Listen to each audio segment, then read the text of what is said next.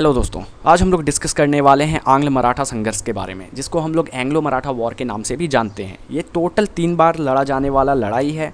First Anglo Maratha war लड़ा गया 1775 से 1782 तक। सेकंड एंग्लो मराठा वॉर लड़ा गया 1803 से 1806 तक। और थर्ड एंग्लो मराठा वॉर लड़ा गया 1817 से 1818 तक।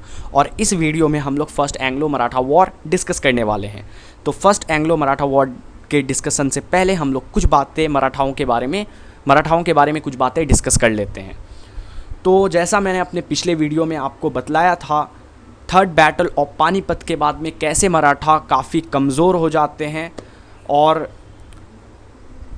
पेशवा माधवराव के नेतृत्व में ये पुनः स्ट्रांग होते हैं, ये पुनः शक्तिशाली होते हैं पेशवा माधवराव के नेतृत्व में। और थर्ड बैटल ऑफ पानीपत जो कि लड़ा गया था मराठाओं के बीच में और अहमद शाह अब्दाली के बीच में, यहाँ पे मराठाओं की हार हो जाती है और इसके बाद में मराठाओं की स्थिति काफ़ी कमज़ोर हो जाती है और वापस पेशवा माधवराव के नेतृत्व में मराठा काफ़ी स्ट्रांग हो जाते हैं। ठीक है, तो इसके बाद में ये पेशवा माधवराव के नेतृत्व में मैसूर के काफ़ी युद्ध में मराठा शामिल भी होते हैं। और इसके बाद कुछ समय के पश्चात पेशवा माधवराव की मृत्यु के बाद माधवराव के ही भाई रघुनाथ राव ने अपने आप को पेशवा घोषित कर दिया यहाँ पे। तो नाना फडणवीस के हस्तक्षेप के बाद में जो रघुनाथ राव होते हैं, रघुनाथ राव को हम लोग राघोबा के नाम से भी जानते हैं, नाना फडणवीस के हस्तक्षेप के बाद में इनको पेशवा के पोस्ट से हटाया जाता है और यहाँ पे पेशवा माधवराव के पुत्र नारायण राव को पेशवा घोषित किया जाता है। पेशवा यहाँ पे मराठाओं के जो प्रधानमंत्री मराठा जो अपने होते हैं अपने प्रधानमंत्री को प्राइम मिनिस्टर को पेशवा कह के संबोधित करते हैं। तो नाना फडणवीस के हस्तक्षेप के बाद में भाई रघुनाथ राव जो होते हैं उनको इस पोस्ट से हटाया जाता है और नारायण राव जो कि पेशवा माधवराव के पुत्र होते हैं उनको अगला पेशवा घोषित यहाँ पे किया जाता है। तो इस तरीके से रघुनाथ राव को काफ़ी इंसल्ट फील होता है और ये जो है चले जाते हैं बम्बई। और बम्बई जाने के बाद में वहाँ पे ये कंपनी के साथ में मिल के सूरत की संधि करते हैं, जो कि होता है 1775 ईस्वी में। और ये सूरत की संधि थी क्या? सूरत की संधि जो कि 1775 ईस्वी में हुआ, ये क्या थी? तो इसमें ये प्रावधान था कि रघुनाथ राव जो कि पेशवा बनना चाहते थे, ठीक है, तो इस संधि के तहत कंपनी ने उनको भरोसा दिलाया कि रघुनाथ राव ही अगले पेशवा बनाए जाएंगे और जिसके बदले में कंपनी को सालसेट और बसीन नगर देने का रघुनाथ राव ने यहाँ पे वादा किया। तो ये सूरत की संधि इसी प्रकार से थी।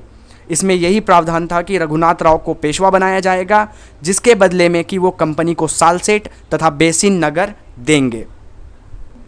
और इसके पश्चात होता ये है कि कंपनी और रघुनाथ राव ने 1775 ईस्वी में पूना के एक स्थान पर एक युद्ध लड़ा, जिसका कि कोई रिजल्ट निकल कर सामने नहीं आया और कलकत्ता परिषद ने इस संधि को अस्वीकृत कर दिया और पूना सरकार ने पुरंदर की एक संधि की। और यहाँ पे ये जो सूरत की संधि होती है, कलकत्ता परिषद ने इस संधि की मान्यता को रद्द कर दिया। वो जो है इस संधि को मानने से इनकार कर दिए, क्योंकि उनका ऐसा यहाँ पे मानना था कि भाई रघुनाथ मतलब पेशवा माधवराव के जो भाई हैं रघुनाथ राव, उनके साथ में किसी भी प्रकार की संधि इसलिए नहीं हो सकती क्योंकि वो एक भगौड़े थे। इसलिए उन्होंने पुरंदर की संधि की और पुरंदर की संधि इस बार जो पुरंदर की संधि होती है सूरत की संधि के बाद, ये डायरेक्टली पेशवा के साथ में होती है। तो कलकत्ता परिषद का बस इतना ही कहना था कि जो संधि होगी वो कंपनी और डायरेक्टली पेशवा के बीच में होगा। तो युद्ध का कोई भी रिजल्ट निकल कर सामने नहीं आया और कलकत्ता परिषद ने इस संधि को, सूरत की संधि को अस्वीकृत किया और पूना सरकार से पुरंदर की एक संधि की गई। तो पुरंदर की संधि जो थी वो 1776 ईस्वी में की गई। और ये संधि था क्या? तो इस संधि के तहत यह व्यवस्था थी कि कंपनी रघुनाथ राव का समर्थन नहीं करेगी, यानी कि यहाँ पे कंपनी को रघुनाथ राव से अब किसी भी प्रकार का कोई भी चीज़ लेना देना नहीं था। किंतु सालसेट एवं थाना जो कि कंपनी के पास में चली गई थी, वो अभी भी कंपनी के पास ही रहेगा। किंतु लंदन के डायरेक्टरों ने पुरंदर की संधि को नकार दिया और इसके परिणाम स्वरूप क्या होता है, सूरत की संधि दोबारा वापस आ जाती है और बम्बई और पेशवा की सेना के मध्य बड़गांव नामक स्थल पर एक युद्ध हुआ जिसमें बम्बई की सेना परास्त हो जाती है।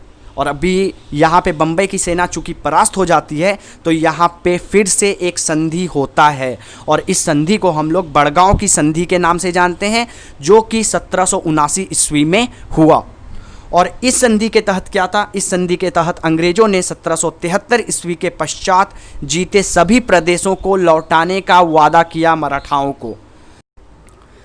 लेकिन वॉरेन हेस्टिंग्स ने वापस अहमदाबाद और ग्वालियर को जीत लिया और अंततः क्या होता है, अंततः ये जो फर्स्ट एंग्लो मराठा वॉर था वो ख़त्म हो गया और सिंधिया की मध्यस्थता से सालबाई की एक संधि होती है। यहाँ पे अगर किसी भी वॉर का रिजल्ट नहीं निकलता था तो भी ट्रीटी होता था और अगर किसी वॉर का रिजल्ट निकला तो भी उसके एवज में यहाँ पे ट्रीटी होता था। तो यहाँ पे संधियाँ जो होती थी वो बात पे होती थी और यहाँ पे first Anglo Maratha war complete होने के बाद भी एक संधि हुई जिसको हम लोग सालबाई की संधि के नाम से जानते हैं और ये संधि 1782 ईस्वी में होती है। और इस संधि के एवज में दोनों पक्षों ने जो भी प्रदेश जीते हुए थे उसको छोड़ने का इन लोगों ने यहाँ पे निर्णय लिया और सालसेट तथा एलिफेंटा द्वीप अंग्रेज़ों को यहाँ पे मिल गया और माधवराव नारायण को यहाँ पे पेशवा स्वीकार कर लिया गया और जो रघुनाथ राव थे जिनको हम लोग राघोबा के नाम से भी जानते हैं